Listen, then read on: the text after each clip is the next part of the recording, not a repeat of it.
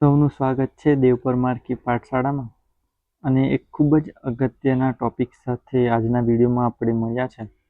અને આજના વિડીયોમાં આપણે વાત કરવાનું છે ટેટ 1 અને ટેટ 2 ન્યૂ સિલેબસ વિશે. તો જે નવી અપડેટ સાથે નવા ટોપિક ઉમેરાયા છે અને અમુક ટોપિક દૂર થયા છે, તો એના વિશે આજના વિડીયોમાં આપણે વાત કરવાના છે. અને ટેટ 1 અને 2નો ન્યૂ સિલેબસ જોતા એવું લાગી રહ્યું છે કે બંને એક્ઝામ એક જ સ્તરમાં લેવાશે, દ્વિસ્તરીય પરીક્ષા લેવાશે નહીં. તો શરૂઆત કરીશું ડિટેલ બ્રેકડાઉન વિશે. તો સૌથી પહેલાં ટેટ 1ની વાત કરવાના છે. તો દરેક મિત્રોને શેર કરી દેજો જે લોકો ટેટ 1ની એક્ઝામ આપવાના હોય. ત્યાર પછી આપણે ટેટ 2ની બી વાત કરવાના છે. ચલો શરૂઆત કરીએ. ટેટ 1 તો કોણ આપી શકે છે? ભાઈ ધોરણ 1થી 5 માટે ખાસ કરીને પીટીસી કરેલું હોય એ લોકો આ પરીક્ષા આપી શકે છે. હવે નવા અભ્યાસક્રમ મુજબ જોઈએ તો કે આ કસોટી 150 ગુણની છે અને 150 બહુવિકલ્પ પ્રશ્નો રહેશે. મતલબ કે એક ક્વેશ્ચન 1 માર્ક, બરાબર. તો એ રીતની એકમ કસોટી રહેશે. કુલ ગુણ છે 150 ગુણ છે અને કુલ પ્રશ્નો બી છે 150. નેગેટિવ માર્કિંગ નથી. જે જૂનું માળખું હતું એ પ્રમાણે જ રાખ્યું છે કે ભાઈ આની અંદર માઇનસ માર્કિંગ થવાનું છે નહીં. તો સૌથી પહેલો વિભાગ છે, 5 વિભાગની અંદર છે ટેટ 1નું પેપર. તો સૌથી પહેલો વિભાગ છે બાળ વિકાસ અને શૈક્ષણિક શાસ્ત્ર, જે 30 ગુણનું રહે છે, બરાબર. 30 ગુણનું બાળ વિકાસ અને શૈક્ષણિક શાસ્ત્ર. હવે એની અંદર બાળ વિકાસના અલગથી 15 ગુણ ફાળવ્યા છે. તો 15 ગુણની અંદર વિકાસની જે સંકલ્પના છે એની વાત હશે. અધ્યયન સાથેના સંબંધ એ ટોપિક છે. બીજો ટોપિક એવો છે કે બાળ વિકાસના સિદ્ધાંતો અને લક્ષણો, વિકાસને અસર કરતા પરિબળો, ખાસ કરીને વારસો અને વાતાવરણ, જે બીએડની બુક્સની અંદર આપેલો છે. સામાજિકીકરણની પ્રક્રિયાઓ, સામાજિક જગત અને બાળક, ખાસ કરીને વાલી, શિક્ષક અને સહપાઠી. વાલી એટલે કે માતા પિતા, શિક્ષક અને સહપાઠી એટલે એની સાથે ભણતા બાકીના બાળકો. એની અંદર બીજા અમુક વૈજ્ઞાનિકોની વાત છે. એરિક્સન છે, મોન્ટેસરી, ફ્રોબેલ, કોહલબર્ગના સિદ્ધાંતો, શૈક્ષણિક ફલિતાંશ, બાળ કેન્દ્રીય અને પ્રગતિશીલ શિક્ષણની સંકલ્પનાઓ, બુદ્ધિની સંકલ્પનાઓ અને બહુઆયામી બુદ્ધિ, બાળકોમાં વિકાસ, ખાસ કરીને ભાષા અને વિચાર. પછી છે લિંગ અને જાતિ, સામાજિક બંધારણ, લિંગભેદ અને શિક્ષણમાં તેની અસર. આ ટોપિક છે. તો આટલા ટોપિકની અંદરથી 15 ગુણનું પૂછાશે. બીની વાત કરીએ તો એની અંદર સમાવેશી શિક્ષણ અને વિશિષ્ટ જરૂરિયાતવાળા બાળકો, એના 5 ગુણના ક્વેશ્ચન હોઈ શકે છે. વિવિધ પરિવેશમાંથી આવતા બાળકોનું સમાવેશન, આર્થિક અને સામાજિક રીતે પછાત વંચિત, એ ટોપિક. અધ્યયનની અક્ષમતા એટલે કે લર્નિંગ ડિસેબિલિટી, ઘણા બધા બાળકો આપણી સ્કૂલોમાં જોવા મળે છે જે લોકો સમજી શકે છે પણ જે તે ટાઈમ એક્સપ્લેન નથી કરી શકતા. લર્નિંગ ડિસેબિલિટી ધરાવતા અથવા તો દિવ્યાંગતા ધરાવતા બાળકોની વાત છે. તો એની અંદરથી 5 ગુણના પ્રશ્નો હોઈ શકે છે. અને બાકી જે બચ્યા 10 ગુણ એની અંદરથી અધ્યયન અને શૈક્ષણિક શાસ્ત્ર, એટલે કે બાળકો કેવી રીતે વિચારે છે અને શીખે છે એ ટોપિક છે. તો એની અંદરથી 10 ગુણના પ્રશ્ન આવશે. તો આ રીતે વિભાગ 1 કુલ 30 ગુણનો છે, જેની અંદર બાળ વિકાસ અને શૈક્ષણિક શાસ્ત્રનો ટોપિક રહેશે. એની અંદર થોડાક હજી ટોપિક બાકી રહી ગયા છે, આપણે જોઈ લઈએ. તો કે અધ્યયન અને અધ્યાપનની પાયાની સંકલ્પના, ભણવું અને ભણાવવું એની સંકલ્પનાઓ, બાળક એક સમસ્યા ઉકેલનાર અને વૈજ્ઞાનિક શોધક તરીકે. તો એવા પ્રશ્ન હશે જે નવા જ હશે, બાળકની દ્રષ્ટિએથી આપણે વિચારવાના છે એવા હશે. જ્ઞાનબોધ અને સંવેગો, પ્રેરણા અને અધ્યયન, અધ્યયનને અસર કરતા વ્યક્તિગત અને પર્યાવરણીય પરિબળો. તો આ ટોપિકની અંદરથી 10 ગુણના પ્રશ્નો છે, બરાબર. તો આમ કરીને વિભાગ 1ના કુલ 30 માર્ક થાય છે, બરાબર. ચલો વિભાગ 2 અંદર પાર્ટ પાડેલા નહીં હોય પણ આપણે આગળનું મનોવિજ્ઞાન ટાઈપ હશે, પછી ભાષા હશે, તો એ રીતનું હશે. હવે ટેટ 1ની વાત કરી રહ્યા છીએ, વિભાગ 2. એની અંદર ભાષા એટલે કે ગુજરાતીના 30 પ્રશ્નો હશે. એની અંદરથી 15 ગુણ શેના છે? તો ભાષા અર્થગ્રહણ એટલે કે અપરિચિત ગદ્યખંડ, નાટક અથવા કાવ્ય આધારિત પ્રશ્નો હશે. સમજૂતી, અનુમાન, વ્યાકરણ અને વાક્કુશળતા સંબંધિત પ્રશ્નો હશે.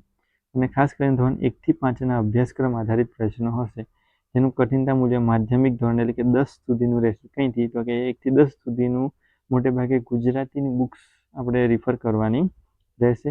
ચલો એ 15 ગુણ ભાષા ગ્રહણના છે. બાકીના 15 ગુણ છે ભાષા વિકાસની શૈક્ષણિક પદ્ધતિના 15 ગુણ છે. એની અંદર અધ્યયન અને ભાષા સંપ્રાપ્તિ, ભાષા શિક્ષણના સિદ્ધાંતો, વર્ગખંડમાં ભાષા શીખવવાના કયા કયા પડકારો છે, ભૂલો છે અને કયા વિકારો આવી શકે છે એને લગતા છે. ભાષા કૌશલ્યને લગતા ખાસ કરીને શ્રવણ, કથન, વાંચન, લેખન, જેને આપણે FLN કહીએ છીએ. પછી ભાષા પ્રાવીણ્યનું મૂલ્યાંકનના ટોપિક છે. અધ્યયન અધ્યાપનની સામગ્રી, ખાસ કરીને જે પાઠ્યપુસ્તક છે, મલ્ટીમીડિયા છે, બહુભાષી સ્ત્રોત છે, ઘણા બધા છે, બરાબર. તો એ અને ઉપચારાત્મક શિક્ષણ, તો આને લઈને 15 અને 15 આમ 30 માર્કનું ભાષા એટલે કે ગુજરાતીને લગતા પ્રશ્ન રહેશે. વિભાગ 3, તો એની અંદર ભાષા, બીજી ભાષા એટલે કે લેંગ્વેજ ઇંગ્લિશ, એના 30 પ્રશ્નો આવવાના છે. ઇંગ્લિશના 30 પ્રશ્નો આવવાના છે. ભાષાકીય સમજના 15 ગુણ છે, સેમ આગળની જેવું. અગાઉ ન જોયેલા એવા ગદ્ય અને નાટકના ફકરા, મતલબ પહેલી જ વાર આપણે કશેકથી જોવા મળશે એવા ગદ્ય હશે, નાટકના ફકરા હશે, કવિતા હશે ને એને આધારિત પ્રશ્નોના જવાબ આપવાના હશે. સમજ હશે, અનુમાન, વ્યાકરણ અને શાબ્દિક ક્ષમતા આધારિત પ્રશ્નો હશે. અને બીજું ખાસ કરીને ધોરણ 1 થી 5ના અભ્યાસક્રમ પર આધારિત, પરંતુ કઠિનતાનું સ્તર માધ્યમિક 10 સુધીનું રહેશે. એટલે ભલે કહે છે કે ભાઈ 1 થી 5નો અભ્યાસક્રમ ધોરણ 10 સુધીનું તમારે ઇંગ્લિશ કરવું પડે, તો એ ઇંગ્લિશના 15 પ્રશ્નો છે. એની અંદર બીજો ભાગ છે 30 માર્કનું ઇંગ્લિશ છે, તો ભાષા વિકાસનું અધ્યાપન શાસ્ત્ર 15 ગુણ. એની અંદર વાત કરીએ અધ્યયન અને ભાષા ગ્રહણ, ભાષા શિક્ષણના સિદ્ધાંતો, વૈવિધ્યસભર વર્ગખંડમાં ભાષા શીખવાના પડકારો, ભાષાકીય મુશ્કેલી, ભૂલો અને ખામીઓ, ભાષા કૌશલ્યો, એજ FLN સાંભળવું, બોલવું, વાંચવું, લખવું એને લગતા ઇંગ્લિશના પ્રશ્નો હશે. ભાષાકીય સમજ અને નિપુણતાનું મૂલ્યાંકન, શૈક્ષણિક અધ્યયન સામગ્રી, આગળ હતી એ જ પાઠ્યપુસ્તક, મલ્ટીમીડિયા, બહુભાષી સંસાધન. તો આ રીતે 30 માર્કનું ઇંગ્લિશ, 30 માર્કનું ગુજરાતી, અને હવે બાકીનું જે 30 માર્ક છે એ વિભાગ 4 છે. એના પછી બી એક વિભાગ છે 30 માર્કનું ગણિત રહેશે. ગણિતની અંદર વિષય વસ્તુ 15 ગુણના છે. 1 થી 5 સંબંધિત ગણિત વિષયના અભ્યાસક્રમ આધારિત સંકલ્પનાઓ અને સમસ્યાઓ સંબંધિત પ્રશ્નો.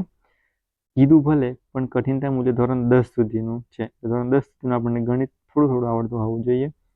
પદ્ધતિશાસ્ત્ર પેડોગોજીના 15 ગુણ છે. એની અંદર ગણિતનું સ્વરૂપ અને તાર્કિક વિચારસરણીવાળા પ્રશ્નો હશે. અભ્યાસક્રમમાં ગણિતનું સ્થાન, તો એના રિલેટેડ પ્રશ્નો હશે. ગણિત શિક્ષણની પદ્ધતિઓ અને પ્રયુક્તિઓ, બરાબર, ઘણી બધી પ્રયુક્તિ છે, એ બધી પ્રયુક્તિના ક્વેશ્ચન હશે. ગણિત અધ્યાપનમાં થતી ભૂલો અને નિવારણના ઉપાયો, ઔપચારિક અને અનૌપચારિક મૂલ્યાંકનનો ટોપિક રહેશે. તો આ થયો 30 માર્કનું ગણિત. હવે 30 માર્ક્સ જનરલ છે, જેની અંદર પર્યાવરણનો ટોપિક હશે, સામાન્ય જ્ઞાન હશે અને વર્તમાન પ્રવાહ. ઓલ ઓવર 30 ગુણનું જનરલ રહેશે. એની અંદર 20 ગુણની વાત કરીએ તો પર્યાવરણ અને પદ્ધતિશાસ્ત્રના 20 ગુણ છે. એની અંદર કયા કયા ટોપિક છે એ પણ જોઈ લઈએ. તો કે વિષય વસ્તુના 10 ગુણ, ધોરણ 1 થી 5નું પર્યાવરણ આધારિત પ્રશ્ન હશે. એની અંદર બી કઠિનતા મૂલ્ય ધોરણ 10 સુધીનું તમને એસએસના પ્રશ્ન આવડતા હોવા જોઈએ. પદ્ધતિશાસ્ત્રના 10 ગુણ છે. એની અંદર પર્યાવરણની સંકલ્પનાઓ, મહત્વ, અધ્યયનના સિદ્ધાંતો, પ્રવૃત્તિઓ, પ્રયોગો અને સતત અને સર્વગ્રાહી મૂલ્યાંકનનો ટોપિક છે. આગળ છે સામાન્ય જ્ઞાન. એની અંદર રિઝનિંગ હશે, તાર્કિક ક્ષમતા. ટોટલ 5 જ ગુણ છે. Reasoning ability, logical ability, teacher aptitude, data appreciation જેવા બાબતો આધારિત પ્રશ્નો છે. અને 5 ગુણ શિક્ષણના વર્તમાન પ્રવાહો. એની અંદર તાજેતરના પ્રવાહો અને નીતિ સંબંધિત પ્રશ્નો રહેશે, બરાબર. તો આ રીતનું કંઈક 150 માર્કનું ક્વેશ્ચન પેપર રેડી થાય છે. તો જેની અંદર વિભાગ ટોટલ તો 150 માર્કનું છે, પણ 5 વિભાગ પાડ્યા છે, બરાબર. 30-30 માર્કના. પહેલા વિભાગમાં બાળ વિકાસ અને શૈક્ષણિક શાસ્ત્ર, બીજા વિભાગમાં ભાષા 1 ગુજરાતી 30 માર્કનું, ભાષા 2 અંગ્રેજી 30 ગુણનું, પછી ચોથા વિભાગમાં ગણિત 30 ગુણનું છે. અને છેલ્લા વિભાગની અંદર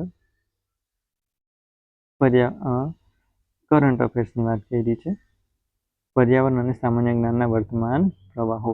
તો આ રીતનો ટેટ 1નો સિલેબસ રહેશે, જેની અંદર 1 થી 5 એટલે કે પીટીસી કરેલા તાલીમાર્થીઓ પરીક્ષા આપી શકશે. નજીકમાં જ ફોર્મ ભરાવાના શરૂ થશે. હવે આપણે આગળ વાત કરવાના છે